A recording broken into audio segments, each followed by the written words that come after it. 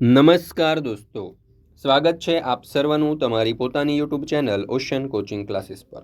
મિત્રો, આજે આપણે ધોરણ 8ની જે નવી સ્વ અધ્યયન પોથી 2024-25ને આવી છે તે નવી સ્વ અધ્યયન પોથીના સંસ્કૃત વિષયનો જે પાઠ નંબર 8 છે મમ દિનચર્યા, તેનું સંપૂર્ણ સોલ્યુશન આપણે આ વિડીયોની અંદર જોવાના છે। મિત્રો, અહીંયા તમે જોઈ શકો છો કે ધોરણ 8ની આ જે સ્વ અધ્યયન પોથીનો જે ભાગ 4 છે તેની અંદર જેટલા પણ વિષયો આપેલા છે તે દરેક વિષયના સંપૂર્ણ સોલ્યુશનના વિડીયો અને પીડીએફ આપણી ચેનલ ઉપર મુકાઈ ચૂક્યા છે। આ વિડીયો અને પીડીએફનો અભ્યાસ કરવા માટેની લિંક તમને નીચે ડિસ્ક્રિપ્શન બોક્સની અંદર મળી જશે, તો જરૂરથી તેનો અભ્યાસ કરી લેજો। સાથે સાથે આપણા વોટ્સઅપ ગ્રુપમાં પણ જોડાઈ જજો, જેથી કરીને આવનારા તમામ વિડીયો અને પીડીએફની લિંક તમને વોટ્સઅપ પર પ્રાપ્ત થતી રહે।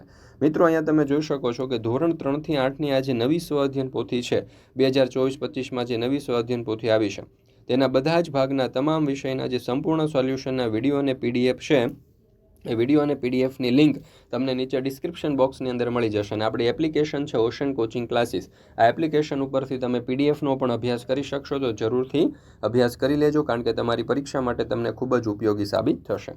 પ્રશ્ન નંબર 1, આપેલ ઘડિયાળના ચિત્રની ખાલી જગ્યામાં યોગ્ય સમય સૂચક શબ્દ લખી અને કાંટા વડે 10 અને 10નો સમય દર્શાવો।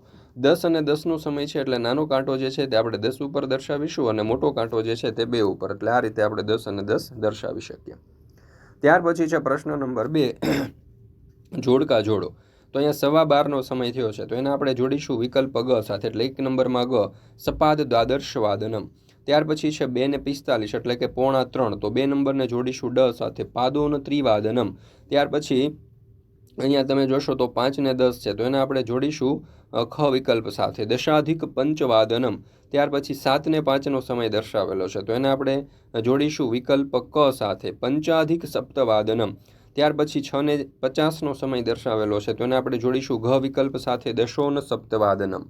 ત્યાર પછી છે પ્રશ્ન નંબર 3, નીચેની ખાલી જગ્યામાં ઉદાહરણ મુજબ અંકના સ્થાને શબ્દમાં સમય લખો। તો પહેલું, અહમ ખાલી જગ્યા પ્રાંતઃ ઉત્તિષ્ઠામિ, તો જવાબ આવશે સાધ્ય પંચવાદનમ।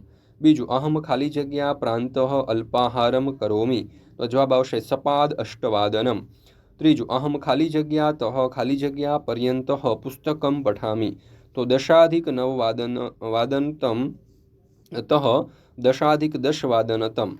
ત્યાર પછી ચોથું, અહમ ખાલી જગ્યા તઃ ખાલી જગ્યા પર્યંતઃ મિત્રેઃ સહ ક્રીડામિ, તો પાદોન અષ્ટવાદનમ તઃ પાદોન નવવાદનમ। ત્યાર પછી પાંચમું, અહમ ખાલી જગ્યા તઃ ખાલી જગ્યા પર્યંતઃ દૂરદર્શનમ પશ્યામિ, તો પંચાધિક પંચવાદનતમ પંચાધિક ષડવાદનમ। ત્યાર પછી જોઈએ પ્રશ્ન નંબર 4। બાળમિત્રો, અહીં મારો પરિચય આપેલો છે, તે જોઈ અને નીચેની લીટીમાં તમારો પરિચય સંસ્કૃતની અંદર લખો। જેમ કે મમ નામ પરીક્ષિત અસ્તિ, તો આપણે અહીંયા આપણા નામ પ્રમાણે લખી શકીએ કે મમ નામ સપના અસ્તિ, તમારું જે પણ નામ હોય અહીંયા તમે લખી શકો।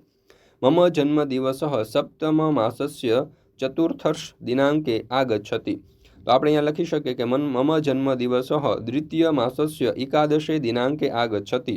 મમ જન્મવર્ષ 2002 અસ્તિ, તો મમ જન્મવર્ષ 2005 અસ્તિ, તમારું જે હોય એ તમે લખી શકો। અહમ દ્વાદશ કક્ષાયામ પઠામિ, તો અહમ એકાદશ કક્ષાયામ પઠામિ। અહમ ચિકિત્સકઃ ભવિતુમ ઇચ્છામિ, તો અહમ માનસશાસ્ત્રી ભવિતુમ ઇચ્છામિ।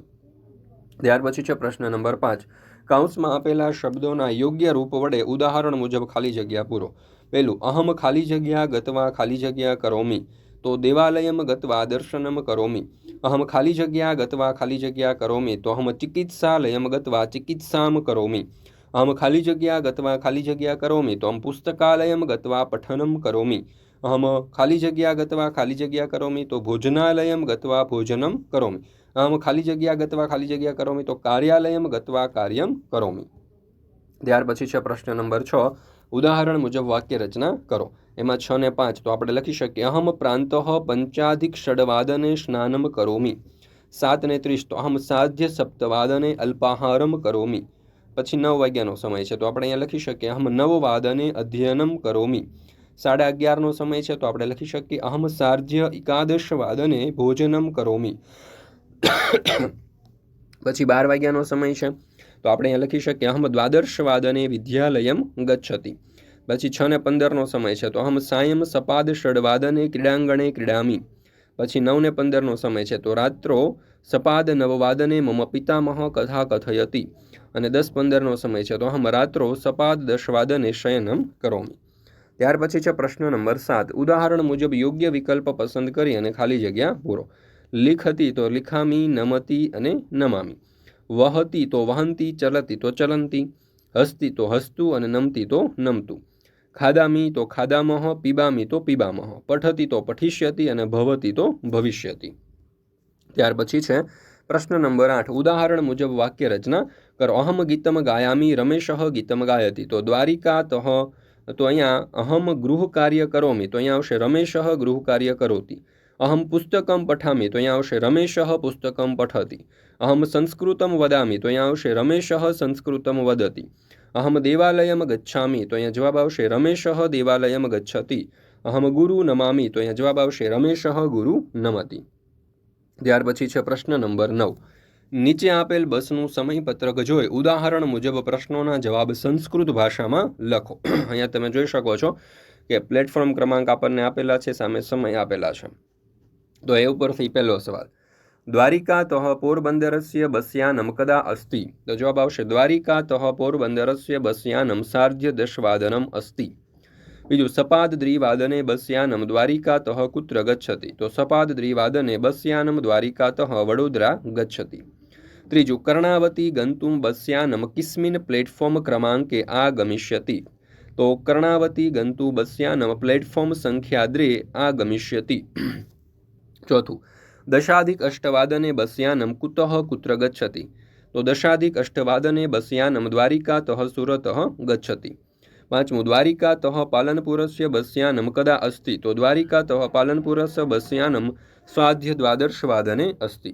મિત્રો, અહીંયા આપણે આજે સંસ્કૃત વિષયની જે સ્વ અધ્યયન પોથી છે તે સંસ્કૃત વિષયની સ્વ અધ્યયન પોથી પૂર્ણ કરીએ છીએ. ફરી મળીશું આપણે સંસ્કૃત વિષયના એક નવા પાઠના સંપૂર્ણ સોલ્યુશન સાથે. મિત્રો, આ જે વિડીયો છે તમારા દોસ્તો મિત્રો સુધી અવશ્ય શેર કરજો, અને વિડીયો પસંદ આવ્યો હોય તો લાઇક કરવાનું, શેર કરવાનું અને સરસ મજાની કોમેન્ટ આપવાનું ભૂલશો નહીં.